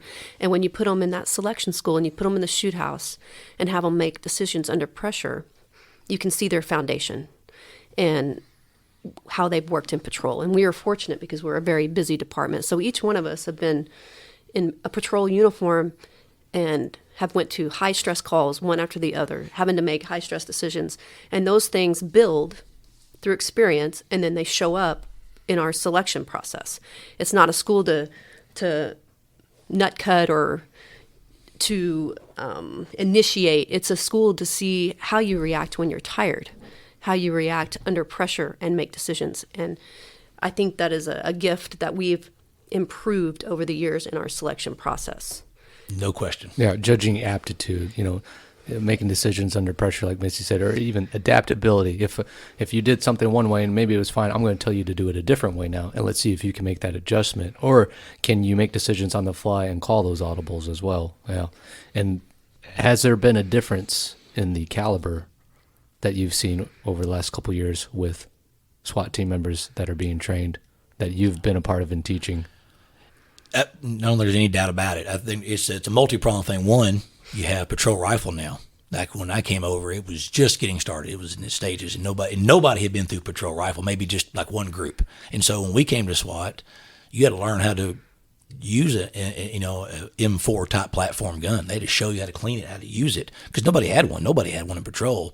Now these guys are coming in. They've been carrying a patrol rifle for a lot of them most of their career. Some of them 5, 6, 7 years. So they're way ahead of anywhere we were. I can tell you that right now. They're better shooters because they've already built in. And we have a pretty good patrol rifle program now. Just like anything else, there's always faults, and there's always guys that can't get into it, or whatever. But as a whole, our patrol rifle program is really good. They teach them good basic fundamentals. So when they come to us, you're not trying to start with foundation. You're not starting on grounds like for all of us. We started ground zero with Sergeant Newton. Sure. Yeah, and they did a great job with us. And but we had to do that, and so they walk in as a whole ahead of where I was when I came over. I can tell you that right now, because at that time, unless you were in SWAT or narcotics, there was no warrant training. There was no other training on the department other than narcotics or SWAT. We do the CRT training now with these guys. We go out with the Love Field guys and do things with them. When we all came over to SWAT, nobody did that. And so there are more officers on this department now that are afforded more training than they ever have been. That doesn't mean that it's enough. There's always going to be more. But yeah, there is no doubt that they're ahead. That selection school is the greatest thing we've ever accomplished over there as far as a division, in my opinion. And I had very little to do with it other than agreeing that I think it was the best thing to do. A lot of people put a lot of work into that. And what it does is it allows you to see them in the atmosphere, what Misty was talking about, when you are tired, when you're worn out, when you're fatigued, it gets everybody. Nobody's immune from it. And you see how they make decisions. Do they get grouchy? Do they get antsy? Do they just start tailing off? Like, look, I can't. We got to have you strong here. We've been out. I mean, there's been days we've all done it where you've been here. You don't even go home. You just try to sack out. And I remember after July 7th, 2016, I did 27 days in a row. I mean, a lot of us did. Yep. I mean, every day. I mean, you would go home, see your family, get some sleep, and come right back to work. And then the riots in 2020, I think we did 17 days in a row. I think is what we did. And, and that second night. 10, 12, 14 hours. Yeah. We went home for 4 hours and came back and did it again. And that second night was even longer. And I think I did 29,000 steps. My watch told me that. 18 miles on my feet the second day. Yeah, and they're just like, is just insane. And how do you replicate that safely? It's hard. But the school is the best thing we can do there. And what it does is it gives you an idea of what they're capable of doing, maybe just a window into that, but also gives them a window into what we're asking them to do. Because throughout the years now, we've had people come up by Wednesday and go, you know what? I thought this is what I wanted, or I thought I knew what y'all did. I was wrong. This is not for me. And I respect it. That's fine. There's no shame in that. But it gives them an idea of what's going to be asked of them. And then when they do make it over, I tell anybody that comes to my squad I'm like, today is the day that I expect the least amount from you. Every day going forward, I expect more out of you because you're learning. You're getting better every day. And so today's your easiest day. And there's that old saying with the SEALs, the only easy day was yesterday. It's very true here. Today I expect this out of you. 6 months from now, I'm going to expect more out of you. And then a year from now, you're going to expect that much more out of you. And I've had many of them come back and go, man, I can't imagine what we looked like when we first came over. Or they see the new guys, they go, did I look that bad? No, you look worse. When you came over, they look better than you do. But no, they've had to it's amazing to see that progression. And I appreciate people coming back and going, hey, this was good for us. So that school has been great for them. And then even the ones that are not selected, they got a good week's worth of training. Sure. And so they go back and they go, you know what? I need to do better. Streets. They do. And they come back, and I've had many of them come back, you know what? I moved my sling, or I moved my mag pouches, or you know what? I now have a mag, in my bag up front, or whatever the case may be. Or like, hey, that little trick that you taught me about, the sights or whatever. And it's great to hear. And so it helps them, there's that ripple effect going down range with them too. So it's a big thing. But training and selection is key, because you can have all the great toys in the world, all the great equipment, all that. And it comes down, it is software over hardware. That is the biggest thing. And I think that's it's when you really need them to be great, that's when it'll show up. So let me make sure for our listeners really, and understanding correctly. We start with a very solid foundation as patrol officers. Then we put people through a selection school. And then once they're here at the SWAT team, they're combining all of these unique experiences and expertise, and you guys go out and evaluate each structure that you're going to hit specifically and make a plan for it. Am I have it right so far for our listeners? Yes. And then from that specific plan of gathering data and analyzing the structure, it is proven successfully that once we choose to do a dynamic or no-knock warrant, it has been safer for us. Is that a Absolutely. fair assessment? Absolutely.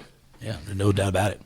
No doubt about it. Yeah, I think it's fair to say that in my experience, in probably everyone's experience here, there are bad situations we've probably avoided by running dynamic warrants. And like you said, if the bulk of our work is warrants, and probably 80 to at least 80, probably more like 90, 95% of our warrants are dynamic, well then, and we've only had one shooting in 30 years, then for us, something's going right there. Yeah. Yeah. Well, what you can't quantify, you can't put a number on, is ones you don't get into. Right. Yes. That number, Yes. that number is just out there in space. You're like, well, how many shootings did you not get into? You don't know. I know that a couple, I think it was 2 years ago, they took a 3-month quarter of the year for us and looked at all the operations that we did in that 3 months. I think we recovered like 57 firearms in 3 months. That's just what we did. That's not including what patrol, they take off however many guns a day.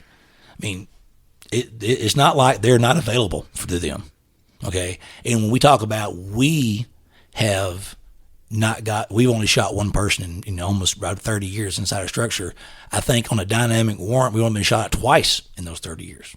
Now, we've been shot at many, many, many times on surrounding callouts, okay? So though we've been involved in more lethal force shootings on surrounding callout operations, that number is small compared to how many times we've been shot at. We got the APCs have been shot at. We've had, they've shot up, across the street, hit the houses behind us. And that goes back into the whole idea where, you're having to worry about the people around you. And yet we still take that person into custody, even though they've shot at us. Mm-hmm. Because it is not about going and applying force just because we can. We apply the amount of force needed to solve this problem in the safest way possible. And again, the lack of shootings, therefore, shows that it is an absolute, process that we go through each and every time to try to mitigate all those dangers. So part of this, and we've heard it in the past, I know Ron McCarthy was big on it when he brought up, why are we servicing a hazardous warrant service over marijuana or something that had a lesser punitive. I guess part of this in here, right here in this article from the NTOA is part of it is the service of a no-knock warrant for the preservation of evidence. And I know for our listeners, we'll have Matt Baines and then probably another special guest with them both, but to speak on behalf of the narcotics view of this. But for us, this is not our primary concern, right? But what is your take on that, and what is your point to the comment on here regarding that no knock for evidence? Well, and that I alluded to it earlier is that, if you look at what Texas law says about, the no knock clause, or the ability to do it, is for the preservation of evidence, or because there's a higher potential risk to the safety of the officers. Mm-hmm. No doubt that the detectives, a lot of the times, the reason why we're there is to serve a warrant for them, and not always do they have an arrest warrant. A lot of times it's just a search warrant, because they cannot, the suspect's not going to give you his name and date of birth, obviously, and I understand that, and that's fine, no big deal with that. And for people who don't understand, is that when we take into account, obviously we want to try to help the detective, but help further their case, that's why we're there. We're the extension of the department. We're trying to help them solve crimes, put people in jail and do all this. Never once have I ever heard anybody walking in and going, we've got to do this because we got to get to that marijuana or to that, cocaine, to the dope or whatever. Never heard that. Now, that is a byproduct of what we're doing, but everything has been driven because we're trying to do it the safest way. Nobody there is going to lose any sleep over if a bag of weed got flushed or something like that. You're trying to help them with their cause and trying to help them with that, but we want to get everybody safe. And so it has always been, since I've been there, the driving force is, how do we do this safe for us and for them? And again, if the data shows that it is working, that we're doing it the right way, and that people are safe. And so when again, they have an agenda, right? This is written from that perspective that they have an agenda, and they're trying to make it sound like, look, the dope's not worth it. They don't need to do these kind of operations because we don't need to try to rescue the dope. Well, okay, we agree with you, but we're not doing it for that reason. We're doing it for our safety. And that's one of the things that just wears me out about how they do this. They purport it off to being, we're trying to save you from yourselves, kind of like your point earlier that they lump everybody together. We're trying to save you from yourselves because you're doing it for the wrong reasons. Like, well, no, we're doing it for the right reasons, which is safety of us and everybody involved. You're doing that. You're cherry picking what's written in law to use that as, well, that's the motivating factor in it. It's not at all. Right. And I'm sure narcotics has a motivating factor. I'm not going to speak on behalf of them. You were in narcotics, Danny. Sure. You would know more of that. But I mentioned just a second ago that later on we'll have a second half of this, and I'm going to let Matt and them get into that aspect of it. That's their area of expertise. But yeah, I think that's a misconception. Even on a surrounding call out type warrant, I think that we fall short when we look at that and say, okay, well, the search warrant, just like you mentioned, if there's not an arrest warrant, then normally they're described by features, right? Just inside a physical description. Yeah, search warrant, yeah. So, but then if we don't go with the arrest warrant, then sometimes we do these surrounding call outs, which you're still announcing. You're just not making entry. You're making entry based on your terms, and most of the time it's dragging people out of there. They come out on their own, right? But more than likely there's no evidence left anyway. But either way, we conduct the operation. So, and I think that was one of the pieces of that, was that this is very selective to individuals conducting a no-knock warrant for the preservation of evidence, specifically speaking in there about people stealthily making entry into a home to do such. And even our narcotics group does not do that. I mean, it's the same we're the same practice no matter what. At that doorway, as we begin the breaching, the announcing's going on every side of that structure. Yeah. So, but anyway, I just wanted to hear the perspective on that. Again, not being there with these other agencies, seeing how they perform all their operations, but you sit back and look at what the video shows or what the evidence shows. You're like, well, I don't think that's the best way to do that. And I have no problem people doing that to us. That's fine. Again, like I mentioned earlier, any plan that's worth, it'll stand up to scrutiny. And so if you're doing it the right way and you're trying to put your best foot forward, it's fine. That's what makes plans great, is that people look at them, we carve them up, we decide, hey, this is better than that, because that's the ultimate goal. I'm not here for any kind of, award or anything. We're here to win. We're here to get everybody safe, right. And and we're not here for awards or anything like that. We're here to solve problems. Well, yeah, you're talking about safety. And so you have this politically motivated agenda blanket statement. So let's look at it from the other side. What's our alternative? A knock and announce? So talk to me about safety and knock and announce. What's in a reasonable amount of time to stand in front of a door and wait for somebody inside to make a plan or grab a weapon? Well, because that's all alternative, right? Sure, yeah. Well, there's always little variables that you could do, like knock and announce, right? And you're breaching the door and you're announcing, okay? Well, you're just behind cover, or behind concealment. You're not behind cover. And so to think that standing at the door jamb, and trying to call people out, that that's their house, more than likely. They're not more familiar with that location than you are. So you are in a position of, where I am, they know where I am, they know where we are. Okay. We're not forcing them to make a decision one way or another. They're doing whatever they want to do. And so you can do that tactic to some degree, but it's much like a port cover. We won't send people up there to do a port and cover on a window by themselves without an entry team going inside the structure. Why is that? Because if they do that and they decide to fight that port and cover team, where can you go? Right? You have to. You're just standing there. Standing there in front of a window. You're standing in front of a window, and it's the same thing with the door. So when we talk about, I would never send a port and cover team up there on a BP or barricaded person or surrounding call out without an entry team compressing on top of them, because you're dividing up his battlefield. Putting that pressure on. He has to make a decision to fight the window team or the entry team. But when you're not going in there and dividing up his battlefield, if you will, and forcing him to make a decision, putting him that OOLOOP, reserve, order, and decide and act, he can decide, okay, I don't want to go to jail today. I'm going to fight back. He just starts shooting at that. And because you're not causing anything else to go on in his world, he tees off on you. Mm-hmm. And so when we talk about, and I think it's funny to say, well, would you ever have a port and cover team go up and do that? They go, no, never. I said, why? Because they're just standing there. They don't have any cover. They're done this. I'm like, well, what do you do on a breach and hold? Yeah. Why'd you do it on the Breonna Taylor deal? It's the same thing. You know, Misty talks about alternatives. So if we're not doing this, what is an alternative? Well, really, what they did in Louisville on the Breonna Taylor deal, that was the alternative. That was the alternative, right? And that's what they did, and look how it ended. Yeah. It snowballed into probably some bad decisions and some bad outcomes. Yeah, they had one breach point. You had other windows, but of course, I don't know, do they do port and covers on the I don't know. I'm not commenting about what they didn't do. We're just looking at what they did do, and they did a breach point, and they fired, all those rounds at the breach point, and then the guy ran around to the parking lot and fired more rounds into the apartment. And even I heard his own testimony. He says, I just saw a muzzle flash, so I just started shooting at it. Well, I think the suspect only shot one round, so the muzzle flash he was seeing was his own guy shooting at the door. Yeah.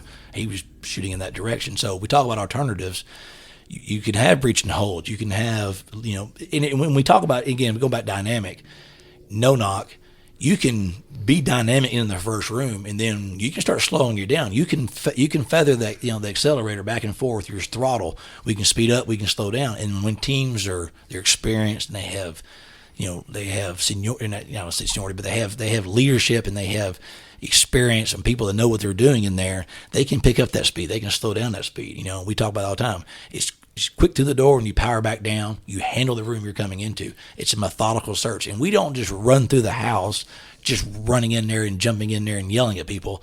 It's a systematic approach. Each room as we come to it, and we're clearing each room individually as you come to that. And another reason why it's good to have lots of officers, so if you and I clear the front room and the next two come through, y'all go to the next room, and then the people go by you and clear that room. And that's how you do it safely, is that you're not having to jump back out there and run down in there. And I think a lot of times these smaller teams that are reduced in manpower, it's an issue. They're like, hey, I've got to go clear multiple rooms because we don't have enough bodies to do that. And I mean, look at us. How often do you go clear more than one or two rooms on most operations? You don't have to, because you come in and I clear a room. By the time we cleared it and double checked, make sure everybody's good, everybody's biased, it's over with, right? Yeah. And so I think that's so the techniques that are available to them, the breach and holds, whether they want to use shields and all that, it's all there, it's available to them. But what are they training with it? Did they have ever done that? And they go, well, have you ever done what you're suggesting? Well, we have. Okay, when? Okay, it was April. This is November or something like that. It was a long time ago. Right. It's like you have to have experience. So when things do go wrong, because they always do, no matter what, even an operation that didn't have anything to go, no really problems with it, always something goes right. It's always something you have to have that experience to be able to make up that distance or to get here, to get there. And I think that's what, a lot of times those options are there, but again, back to the training, back to the selection, that either they're not comfortable, they're not experienced, or they don't know how to get to that other option. And you talk about alternatives, and by no means are they saying you can't do this, right? But we go back to that statement, but we come back to this and say, what are our alternatives? And you spoke about inherent danger earlier, right? So when we have a surrounding call out, there's an inherent danger, right? And if you go back, and I can think of a handful right now, just off the top of my head, of tactical officers, whether they be narcotics or SWAT, it really doesn't matter. But tactical officers making entry into a home off of a surrounding call out has ended tragically. And because of what you mentioned, individuals have enough time, if they decide that they want to fight, they will secrete to points of domination. Everybody knows in their house where they can see a doorway, or most people would. If they don't, maybe I'm just weird. But you know the points of domination in your own home, and that's where these officers are being struck. I can think of one right now off the top of my head, and it's unfortunate and it's tragic, but that's another reason. If this becomes a supporting factor to others to lend their tactics to, we're kind of hurting ourselves. And then you talk about evolution, and then the whole entire tactical arena is going to have to take evolution in another direction, because otherwise we have the equipment, and this goes back to the availability and the ability as well. But, when you're fighting another man on his own turf, and we're giving people time, when we talked about OODA loop earlier, the great thing, the psychological overload of a dynamic no-knock warrant is exactly that, right? As opposed to now these individuals are no longer, their OODA loop's no longer being broken. Now they're starting to get further and further into the process, where now we're all the way down to act. And that's where we do not want people, is at act. Because then that goes back to what Danny was talking about the suspect making their own decisions, and now their actions will dictate exactly what we do from that point forward. So No, I agree. Yeah, absolutely. Matt, you used the words systematic approach. And I would say it's a systematic, I think the whole process is systematic. Would you agree with that? Mm-hmm. Okay. There's a concept of operations that everybody is working towards, completing that mission.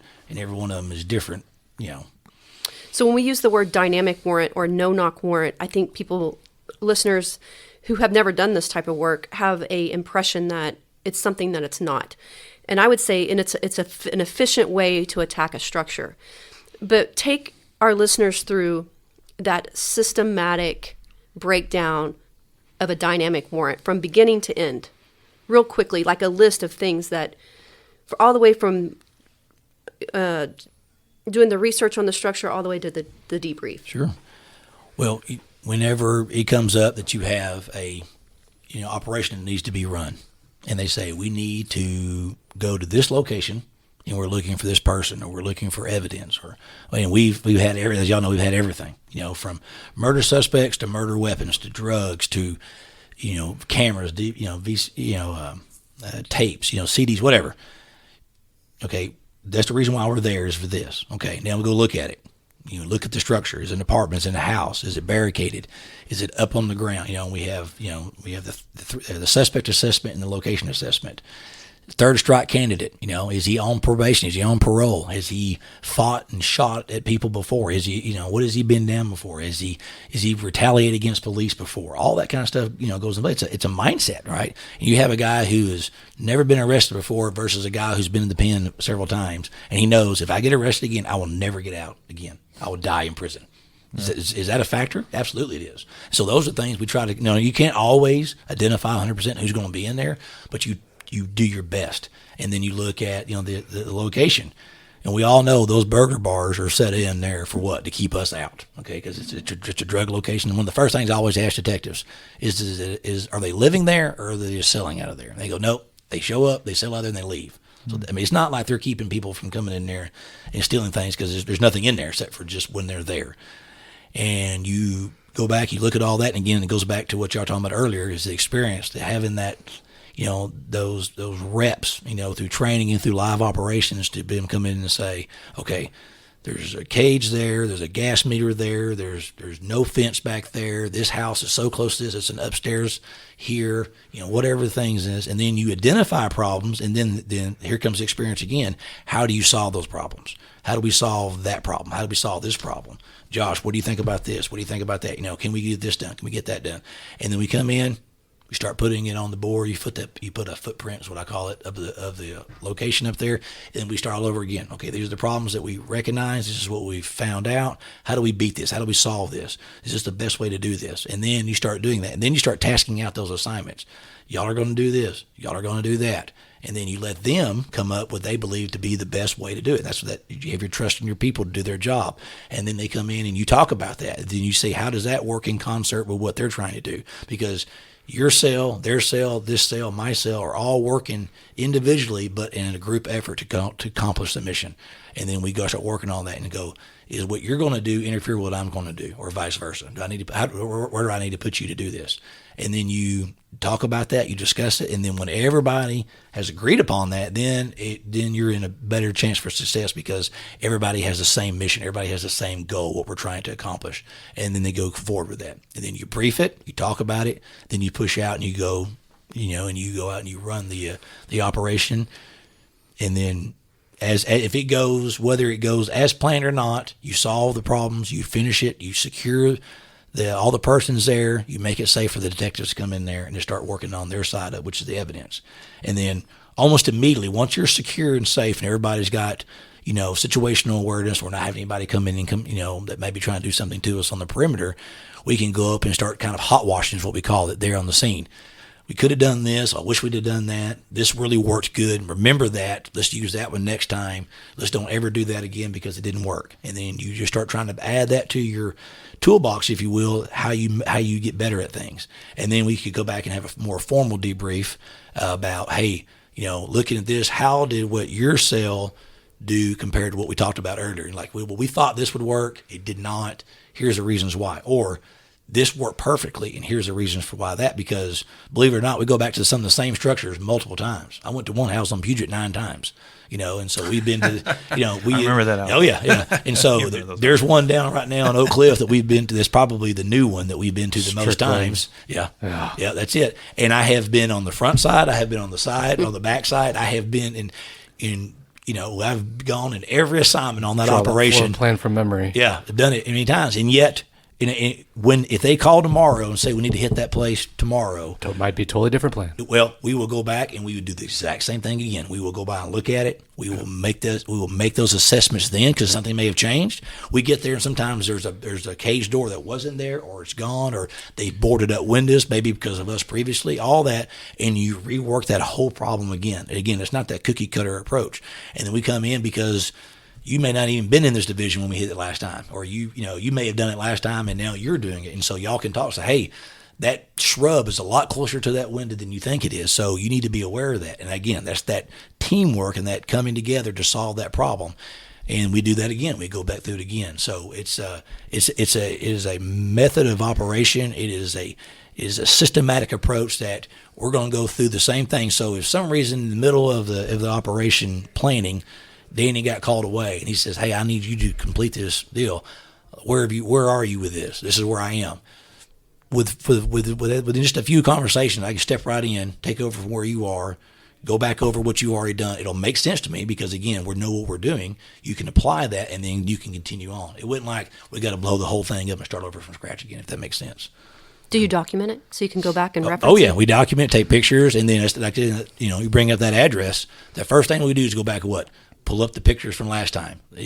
Where is this different than last time?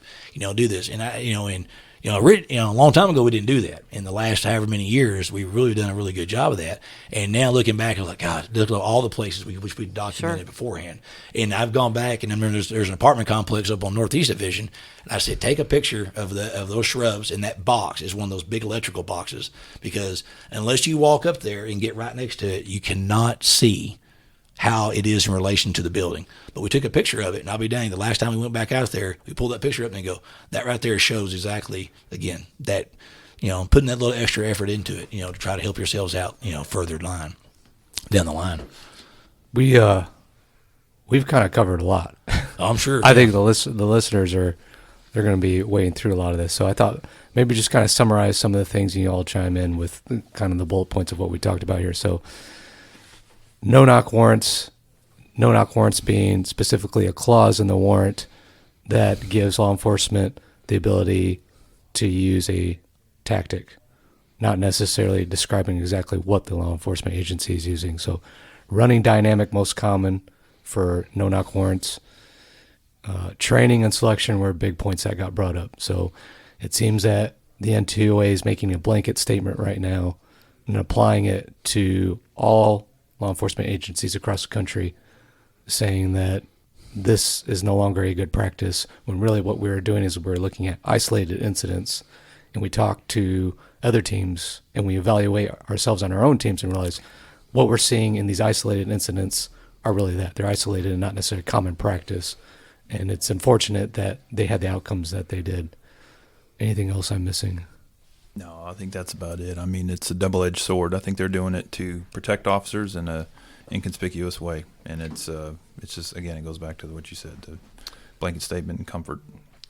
And that, from your statistics and 30 years of Dallas Police Department, it's proven that stats show it's overwhelmingly safer for officers based on the structure and suspects that using dynamic warrants.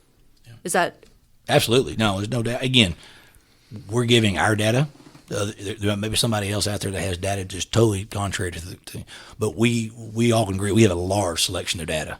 This is not just every now and then we're running warrants. The Dallas Police Department has run a tremendous, and not just the SWAT team, the narcotics Sure. division too. There's a lot of warrants to get run every year in this city, and there's no doubt. And if I could, I'd have something.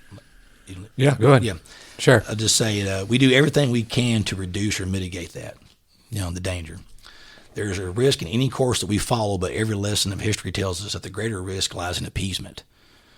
This is what some well-meaning people refuse to acknowledge. When we give in to pressure, when their policies of accommodation is appeasement, if we continue to accommodate, continue to retreat, eventually we will face the ultimate demand. What then? We just refuse to conduct any kind of operation because of the potential danger that someone may get hurt? When the anti-police woke mob goes back and tells their people that they know what our response will be, they know that we are retreating under pressure till one day we will not have any more ground to give up. They will simply not just quit. As long as they believe they can manipulate the situation, the narratives, they will keep coming. And I think that's, a little bit of Ronald Reagan in The there. words of Joe. It's a good way to wrap this up. Yeah, Matt, thanks for coming on. Thanks for sharing your perspective as a professional and as a member of the Dallas SWAT team. Thanks for having me. Glad to be here. Thank you. Yeah, Matt. Thanks for your service, and thanks for having the courage to speak up about this. No, thanks for having me. I appreciate it. Glad to be here.